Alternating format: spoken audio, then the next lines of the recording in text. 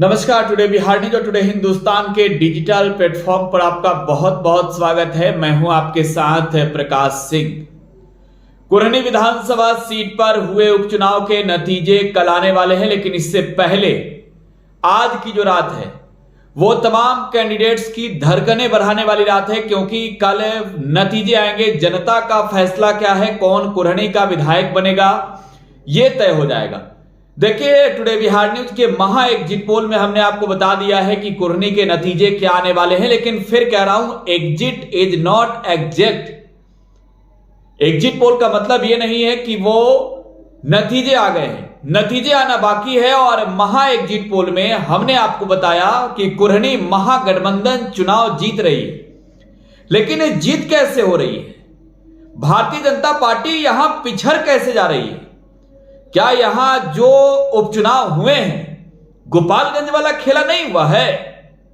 मोकामा में जो बीजेपी ने एक अच्छी खासी वोट परसेंटेज बढ़ाई और वोट हासिल की है, क्या कुरहनी में वो पिछड़ गए हैं क्या अपने रणनीति से।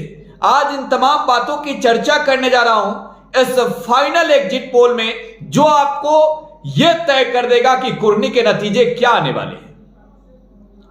बोचाहा में उपचुनाव हुए थे, आपको मालूम है बोचाहा उपचुनाव भाजपा हार गई। आरजेडी के अमर पासवान, जो मुसाफिर पासवान के बेटे हैं, मुसाफिर पासवान जो वीआईपी के विधायक थे, जिनके निधन पर यहां उपचुनाव हुआ था, अमर पासवान चुनाव जीते। लेकिन तेजस्वी यादव ने यहां वो खेला नहीं किया, यहां बड़ा खेला कर दिया। कुरहनी सीट तेजस्वी की पार्टी 2020 में जीती, लेकिन यहां तेजस्वी यादव ने 2022 में हुए उपचुनाव में वो सीट जेडीयू के झोली में डाल दी। जेडीयू के मनोज कुशवाहा इस सीट पर चुनाव जीते हैं, पहले मंत्री भी बने हैं। लेकिन ऐसे में महागठबंधन की सरकार तो है, एक सीट से कुछ होने जाने वाला नहीं है, लेकिन यह लिटमस टेस्ट है। यह नीतीश कुमार के लिए लिटमस टेस्ट है, यह तेजस्वी यादव के लिए लिटमस टेस्ट है, यह नरेंद्र मोदी के लिए लिटमस टेस्ट है। अगर भाजपा बिहार में हारती है तो हार भारतीय जनता पार्टी के बिहार के नेताओं की नहीं होने जा रही, यह हार नरेंद्र मोदी की होने जा रही है। क्योंकि आप जान रहे हैं, देश में कहीं भी चुनाव हो, भाजपा नरेंद्र मोदी के नाम पर चुनाव लड़ती है। तो भारतीय जनता पार्टी यहां पर टुडे बिहार न्यूज के महा एग्जिट पोल में हार की ओर दिख रही है, पलड़ा हल्का दिख रहा है, और इसके पीछे की वजह मुकेश सहनी है।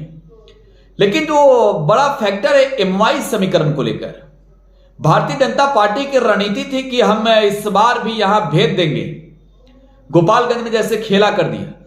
लेकिन इस बार वोटिंग परसेंटेज क्या है, जरा ये पहले आप समझ लीजिए। वोटिंग परसेंटेज है 57.9%, यानी लगभग 58%।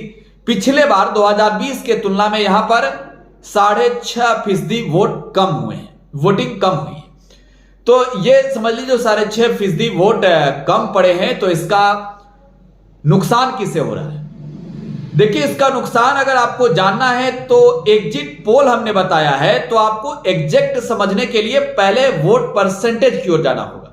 लेकिन उससे पहले आपको यह समझना जरूरी है कि यहां पर सवर्ण जो थे, देखिए सवर्णों की वोट भारतीय जनता पार्टी को मिली है, इस बात को स्वीकारिए।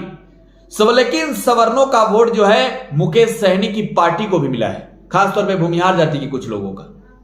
एक बड़ी आबादी भूमिहारों की नहीं है मुकेश सहनी की कैंडिडेट नीलाभ शाही के साथ, लेकिन वो कैंडिडेट जो है, वो वोटर जो है भूमिहार जाति के, वो आरजेडी के समर्थन में भी है, वो जेडीयू के समर्थन में भी है। और आप समझ सकते हैं कि मनोज कुशवाहा पहले यहां चुनाव जीते हैं, तो जाहिर सी बात है कि उनकी एक बहुत बड़ी भूमिका है। लेकिन वो इस बार भारतीय जनता पार्टी के साथ ज्यादा संख्या में खड़ा दिखे, यानी अगर बात करें तीनों दलों को की तुलना, तो कहीं ना कहीं सवर्णों का वोट जो है वो भारतीय जनता पार्टी को अधिक मिला है। ये चीजें आपको समझनी होगी, और ये कल जो नतीजे आएंगे उसमें आप देख भी लेंगे, जो सवर्ण बहुल इलाका है। देखिए, अगर वोट परसेंटेज कहां कम पड़े, तो देखिए जो वोट परसेंटेज है वो कम हो जाता है कुरहनी के सवर्ण बहुल इलाके में, और यही वजह है कि ये नुकसान भारतीय जनता पार्टी को सहना पड़ेगा। क्या कुछ है वहां का, जरा ये देख लेते हैं। जरा देखिए, आपके सामने हम वो पूरा डाटा दिखा रहे हैं जो कुरहनी में वोटिंग हुई है। आप अगर देखेंगे, देखिए कोदरिया स्वर्ण बहुल इलाका है, यहां पर 69% वोटिंग हुई है। खरौना 56.16%, मैदापुर यहां पर 74.8%, कफेन यहां पर 60.06%, मधौल यहां पर 60.50%, पुरुषोत्तमपुर में 48.83%, आगानगर में 65.61%, हरिशंकर में 49.09% और चंद्रहट्टी में 57.61%। देखिए पिछली बार के तुलना में बात करें तो यहां पर वोटिंग परसेंटेज कम हुए हैं। पिछले बार ये स्वर्ण बहुल इलाका है, जो हमने नाम बताया, जो पंचायतों का नाम बताया, ये सब स्वर्ण बहुल इलाका है। और देखिए यहां पर साहनी जाति के लोगों का भी वोट है और खासतौर पर आप देखें तो यहां पर सभी जातियों की आबादी बहुत अच्छी खासी है। पासवान वोटर जो है वो भारतीय जनता पार्टी के वोट अगर कहें तो जेडीयू के तुलना में अधिक गए, इस चीज को भी मानना होगा आपको। लेकिन देखिए खेला कब हो जाता है? एमवाई समीकरण में। समझिए एमवाई समीकरण, जो लालू यादव का समीकरण कहा जाता है।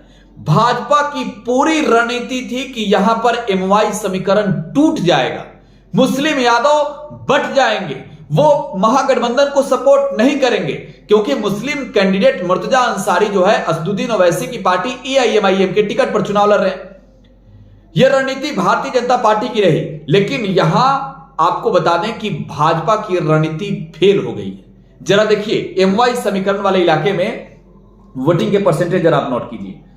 सकड़ी सरैया 63%, बसौली 74.18%, चदुआ 68%, धरमुहा 57.06%, तुर्की 64.79%। देखिए एमवाई समीकरण वाले इलाके में वोटिंग बहुत तगड़ा हुई है। एमवाई समीकरण का जो इलाका है वहां वोटिंग परसेंटेज पहले के तुलना में बढ़े हैं, घटे नहीं हैं। तो अगर एमवाई समीकरण का वोट परसेंटेज बढ़ता है तो आप इसका नतीजा समझिए कि यह कहीं ना कहीं बीजेपी के लिए बहुत बड़े नुकसान है, बीजेपी के लिए बहुत बड़ी क्षति है। और यही वजह है कि भारतीय जनता पार्टी यहां पर फाइट बहुत करा दे रही है। देखिए नीलाभ शाही की चर्चा कर लेनी जरूरी है। नीलाभ शाही मुकेश सहनी के कैंडिडेट हैं और सबसे पहली चीज कि वीआईपी ने यहां से भूमिहार जाति के लोग उतारा, लिहाजा मल्लाह जाति के वोटर बट गए। मल्लाहों का वोट जो है जिस तरीके से बोचाहा में मुकेश सहनी की तरफ बड़ी संख्या में मिली, वो बोचाहा वाला खेल जो है यहां नहीं चल सका कुरहनी में। लेकिन आप इतना तय मान लीजिए कि मुकेश सहनी ने यहां खेल खराब जरूर कर दिया है भारतीय जनता पार्टी का। अगर आप लड़ाई की तुलना देखें तो कहीं ना कहीं बीजेपी का खेल खराब हो रहा था, वीआईपी से और महागठबंधन का खेल खराब हो रहा था असदुद्दीन ओवैसी की पार्टी एआईएमआईएम से। लेकिन एआईएमआईएम जो है यहां पर यह समझ लीजिए कि जमानत बचाना मुश्किल है। ओवैसी कैंडिडेट का जमानत जब्त ना हो जाए, नीलाभ शाही हद तक कह सकता हूं कि जमानत बचा सकते हैं। लेकिन अगर बीजेपी यहां पर हार रही है तो उसके पीछे की वजह ये मुकेश सहनी होंगे। कड़ा टक्कर होगा, क्लोज फाइट है, नतीजे आने में देर लगेंगे, रुझानों का दौर जारी रहेगा। सुबह के 8 बजे से लगातार आप टुडे बिहार न्यूज पर बने रहिएगा, सबसे तेज अपडेट यहां मिलेगा। धन्यवाद।